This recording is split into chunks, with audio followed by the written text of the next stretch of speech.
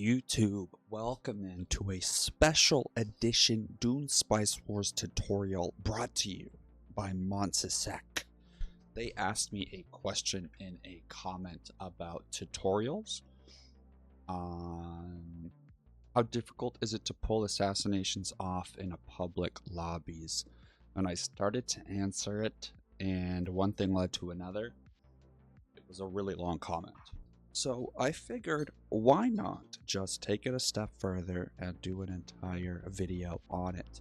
I also have a video about how to actually do the assassinations, but in this one we're going to be covering unique information about each faction that relates to assassinations. So first off, Atreides. So when they are the assassinator, they're really not that good at it. I think they can only have 2 cells, maybe 3, if I'm not. I think it's only 2 though. And they can't even get cheaper assassins. So you're almost never assassin as Atreides. However, if you look at Thufir Hawat, you can see this bad boy can hasten mission progress and construction of villages at the cost of Solari. So with this guy, you can run in there and build the cell search operation much faster than with other villages. And so you can cell search almost instantly and figure out where all the cells are and then run your units out. And then also with young Paul, you produce extra authority. So in a worst case, if you're taking Paul, you can abandon and hopefully you keep your siege regions and you're cooking enough authority to where you can come back. But that's a big thing with Atreides, is using Thufir to speed up your cell search to find all the cells faster, and it can be quite difficult to assassinate Atreides. Now Harkonnen, as the assassinator, you can sacrifice agents just in general.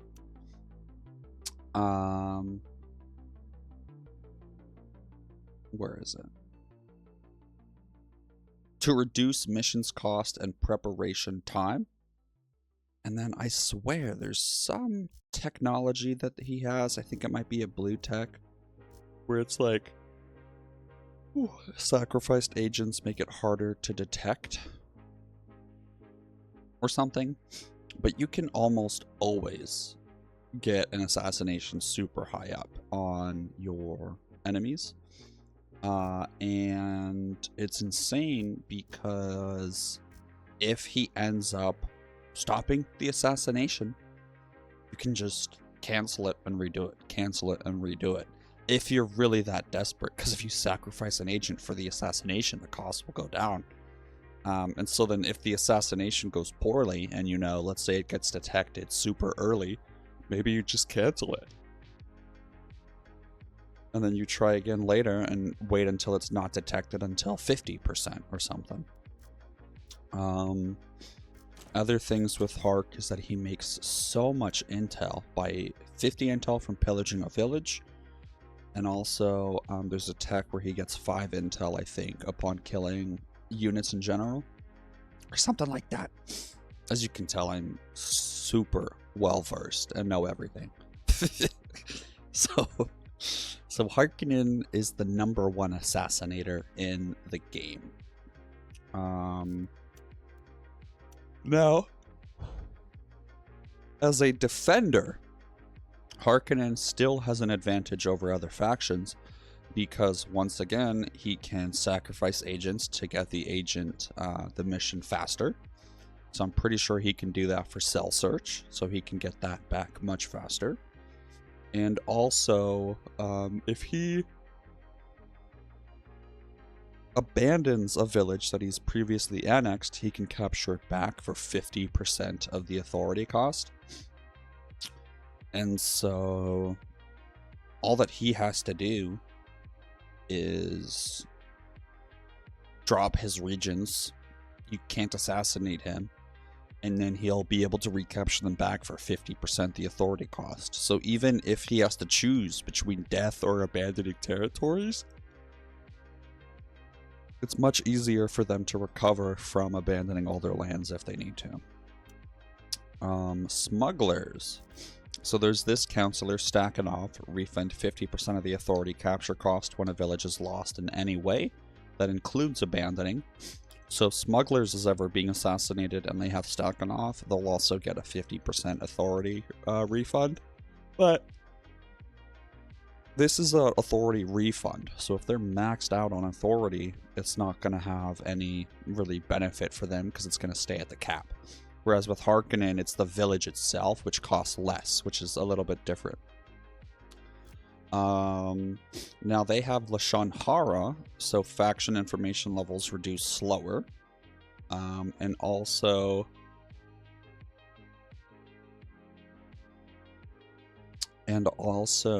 they have a major UHQ building. Right at 10k head, you can build major UHQs. And one of those is a intel building that lets you put an extra cell search in that faction. So you can have 4 cells in a faction, and some people don't realize that. They think there's only 3, so they'll find 3, finish the 3, and then be like, sweet, I'm safe.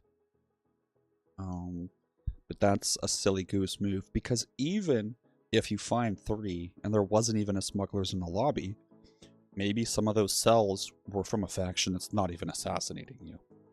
So then the cells that are assassinating you are still out there, and you got rid of the ones that are from a faction that was just using these cells to get intel on you, right? So always search every village. Don't think that you've covered 3 cells and you're done. That's gotten me once, and only once, that mistake. And then with smugglers, they can typically make a lot of water if they need to. And so they can run very far across the map. So even if you have a back village, if you're defending against smugglers assassinating you, I would watch out and make sure that he doesn't, or they don't, run an assassin all the way to your back line, because typically you can get enough water with them to pull it off, or use supply drops and things in order to get them back there. Now with Fremen, as the defendant, I can't really think of any special things that Fremen has. But as smugglers, as the defendant, you build your radar towers and you put 2 snipers on each village, and you can do that before you even know if they're the cells villages or not. And by having the 2 snipers and the radar post that's like showing you the stealth units around it, you can protect your village from assassins, because the snipers will snipe it as it runs in once it's detected and kill it. So if you just put 2 snipers on every single village, that can help. And then also Drisk has stealth detection, and also the intel operation has detection. And so in a pinch, if you don't have any of those radar towers built yet, you can leave Drisk on one of your villages, and then spam the radar search operation on what other villages you think he may have cells on. With Fremen, you have sieges. So if you're the assassinator, you have sieges, and you can spawn your assassins on your allied sieges.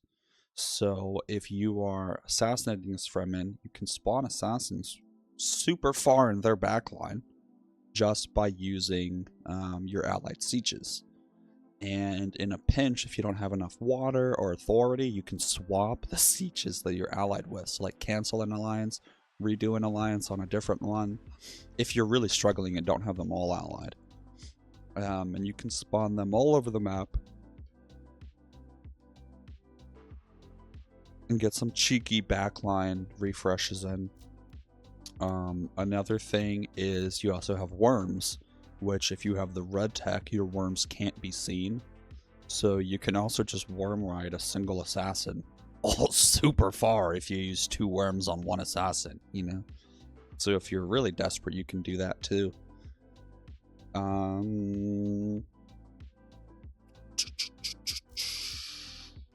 Now, if you're being assassinated by Fremen, same thing applies. He could use those sieges. So definitely post up a radar tower in the village that has a siege. Put a turret or two, or your snipers, or whatever units you have. And in a best case, you pillage the sieges so that he just can't spawn any units on there. Carino. So when they're allied with someone, they can use their airfields as spawn points and also as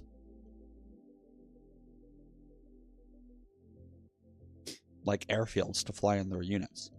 So he can start spawning assassins anywhere he wants as long as he's allied with the faction that has an airfield. So if your smuggler's in Carino's cross map, you might think you're pretty much safe because he's all the way across the map. But, I mean, if he's allied with you before the assassination is detected, he can just use your airfield and fly in his assassins directly on top of you. So that's something to look out for. And also he can do that with his allies. Another thing, too, is... with Fenring, he can investigate discoveries anywhere on the map. So he could potentially capture a Fremen mercenary or a smuggler raider cache to get extra units just out of thin air, and then run those ahead of his assassin into a region that has a turret on it or something to eat the damage, so that your assassin can run in. So even if you have a village protected with turrets and a radar post, and you're like, okay, yeah, there's no way he could get an assassin in here, just keep in mind, he could potentially just magically spawn a unit back there. And then it'll be fresh on supply because he just picked it up from a POI, runs it in, they fight the turret, and then he runs his assassin in. And then... yeah, his airfield feature is nasty. Other than that, with Carino, if you are the one being assassinated as Carino, typically your villages will be all around your main base. So you'll only really need 1 or 2 cell searches, and you can pretty much cover the whole assassination. He also has this blue tech on the far left, I think, called Emperor's Eyes or something.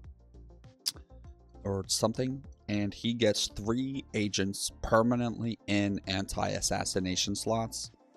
And so he doesn't even need to use agents on counter intel. He can just have his little Emperor's Eye feature. And so he typically is hard to keep those information levels on. However, if someone gets Eye of the Council, those agents can't be captured. And if you complete a certain Fremen quest, like the ones that pop up on the left, like a mission, or where you gain Landsrad relation levels, you can get a Fremen agent which can't be captured.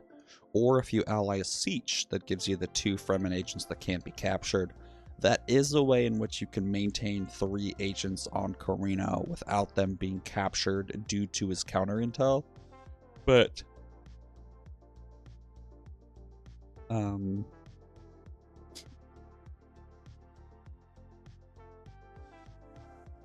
he can still capture your other agents when you cast operations on him, because that gives them a chance to capture your agent. But your 3 on his information will be Gucci. Whew. And so Carino, typically if you're gonna assassinate, you need to get some of those can't be captured agents, whether that's with Eye or a quest or the siege.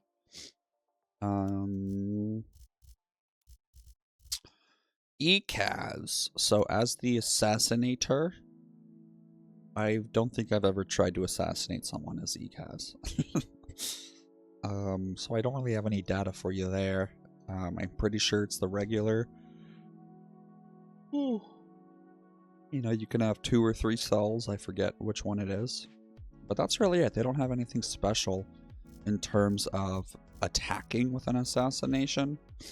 The only thing that I can think of would be with Mesa ECAS, you can abandon villages and get all of the authority back.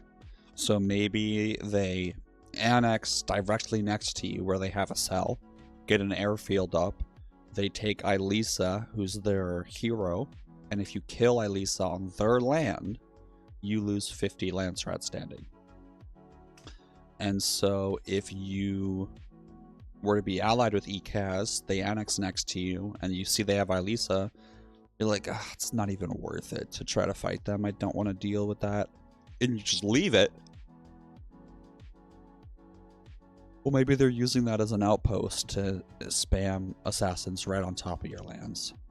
So that's another thing to keep in mind. And also, ECAS can make a lot of intel from quirks. So there's the possibility that ECAS's economy, intel-wise, is fat. Shadow Queen Abby, welcome in.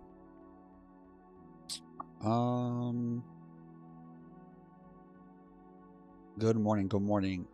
Let's see, other things would be if ECAS is being assassinated, if they have Mesa, they can abandon their villages. Oh, let's go. I love that. W. It's always impressive to win those competitive PvP games. It's like so satisfying when you win a match, because it's tough. And so with Mesa, when you abandon your village, you get all your authority back.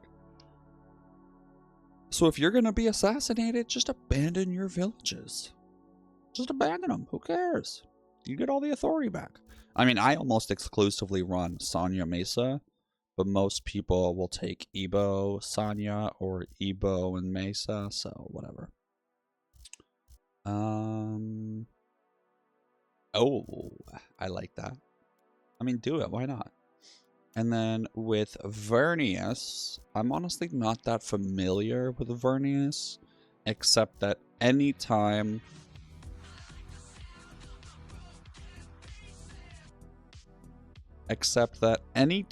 Vernius tries to assassinate someone, the entire lobby laughs at them and is like, you're stupid. So Vernius assassinations, not that good. I think they can only have 2 cells maybe or something. I don't know, man. However, assassinating Vernius is tricky because you need to assassinate them after they have used their obfuscation, because they have a technology where they can obfuscate or just remove all benefits and effects of a certain tech. And everyone's tech that allows you to train assassins for half the cost, or maybe it's just in general, I forget. It's that blue tech on the bottom right, where it gives you an extra infiltration cell and the ability to train assassins. Yeah, so they can only have 2. Everyone else can have 3 with that tech, and then smugglers can have 4 with the major UHQ. That's what it is. So Vernius can only have 2 cells, so it's hard to assassinate with them. But to assassinate them themselves, if you try to do it before they've obfuscated, if you get it higher up, they're just going to obfuscate that assassin one. And then you lose a cell, your assassins cost twice as much. And it becomes much harder to actually get through with the assassination. So that's another thing to keep in mind, is they might obfuscate that. So that's one way that Vernius can be quite defensive. So in general, in public lobbies, that's like each faction and like the niche things with them. In general, in public lobbies, it is hard to get an assassination off, because any experienced player worth their salt is going to just abandon whatever they haven't searched in time. Anyone that is committed to Arrakis will abandon all of their lands and just try to come back from no land. So they should be prioritizing cell searches to cover as much of their land as possible. you know, search as many as you can. And if it hits 70 and you only have 2 dudes on counter intel, then I would recommend you start abandoning all of your villages that aren't 100% safe. And if you have 3 dudes on counter intel, then you could probably wait until around 80% to start abandoning everything. When you are assassinating someone, it's important to not just sit there, because then they can focus all of their energy on preventing the assassination. So what you should be doing is start the assassination maybe while they're fighting someone else, or while you're fighting them, or maybe directly after they wipe during a fight or something, because then they don't have as many units available to go to the different villages. Or maybe you do it as smugglers after you've done a whole pillage run on them and you have destroyed all their airfields, so they have a harder time spawning units near their villages. You can also do it to where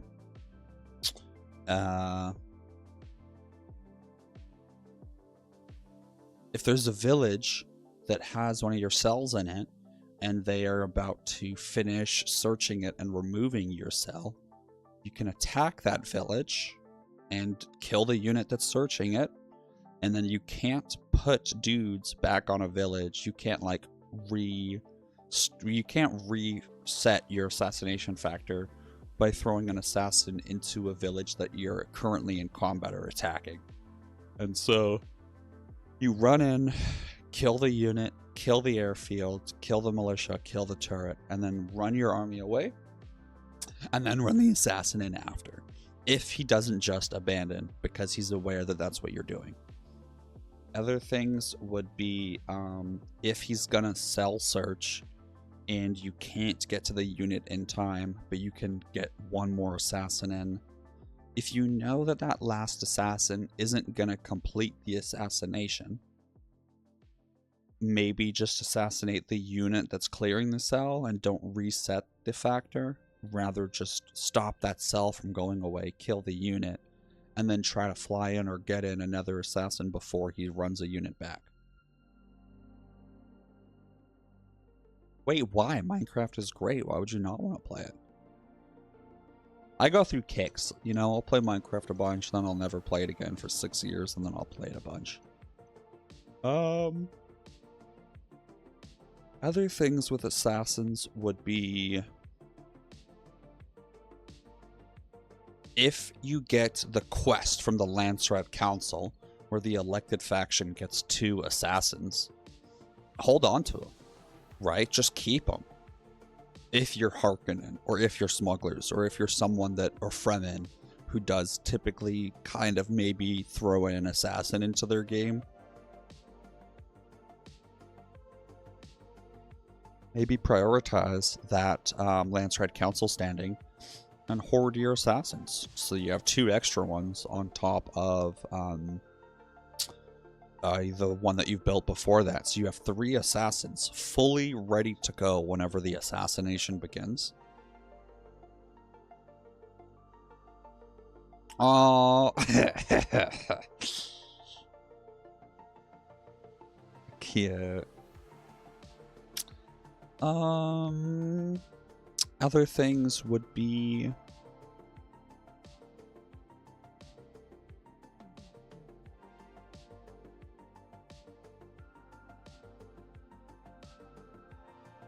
if you're being assassinated by someone and you see them use a supply drop in the desert, and you know one of your villages is kind of past the desert between their lands and yours, it's probably an indicator that they're running an assassin across the desert and you need to abandon whatever region is back there. And you don't need to abandon right away. I'm talking, you know, once it's at 65, 70%, that's when you have to start making the decision of what lands am I keeping, which ones am I abandoning, how can I ensure that I do this best, where I minimize the lands that I have to drop to do the assassination.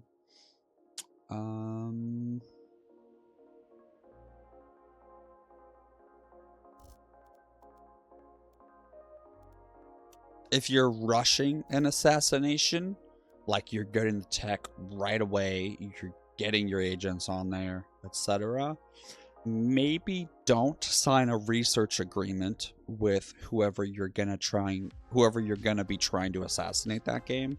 Because if you sign the research agreement, they can look for the little triangle in the bottom left of the tech and see what tech you have researched.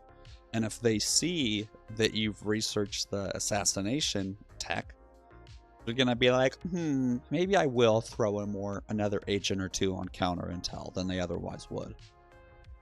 So that's another thing to keep in mind. And when you're assassinating them, attack them, right? Wait until they're in combat with their enemies. Also, wait until you have 1,000 intel. So you buy the assassination, you wait until you have 1,000 intel, and then you start the assassination. And that gives you more time to make sure that you don't run out of intel and can continue to spawn assassins and use any operations that you need to get them across. And sometimes what you can do is fake out the enemy as well. So if I have a cell on their bottom left village and he's got a dude coming to attack the bottom left village to remove that cell, maybe I run in my entire army to make him think like I'm trying to stop him, my assassin's about to get in there. But then in reality, you're not actually using that village for the assassination at all. You're actually running your assassins into a different one that's in his backline, but making him feel pressured to really try to stop you there, as though that's where you're getting all your assassins in. And maybe you can make him drop it unnecessarily or early, or keep his army busy on you there while you're just doing your little onesie-twosies up north or wherever.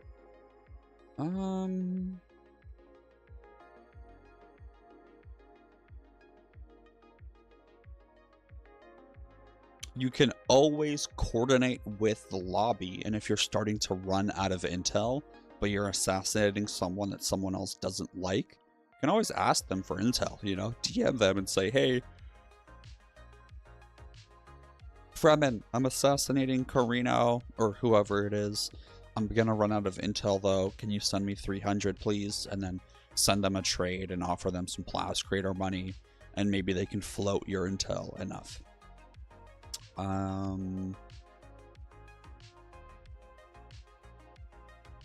Yeah, so hopefully that's some more information about assassinating in public lobbies, private lobbies, whatever. That is sort of the niche information about assassinations for you. So if you enjoyed this, like, comment, subscribe, let me know your thoughts. And if you're still here, I love you guys. I'll see you on the next one. Bye!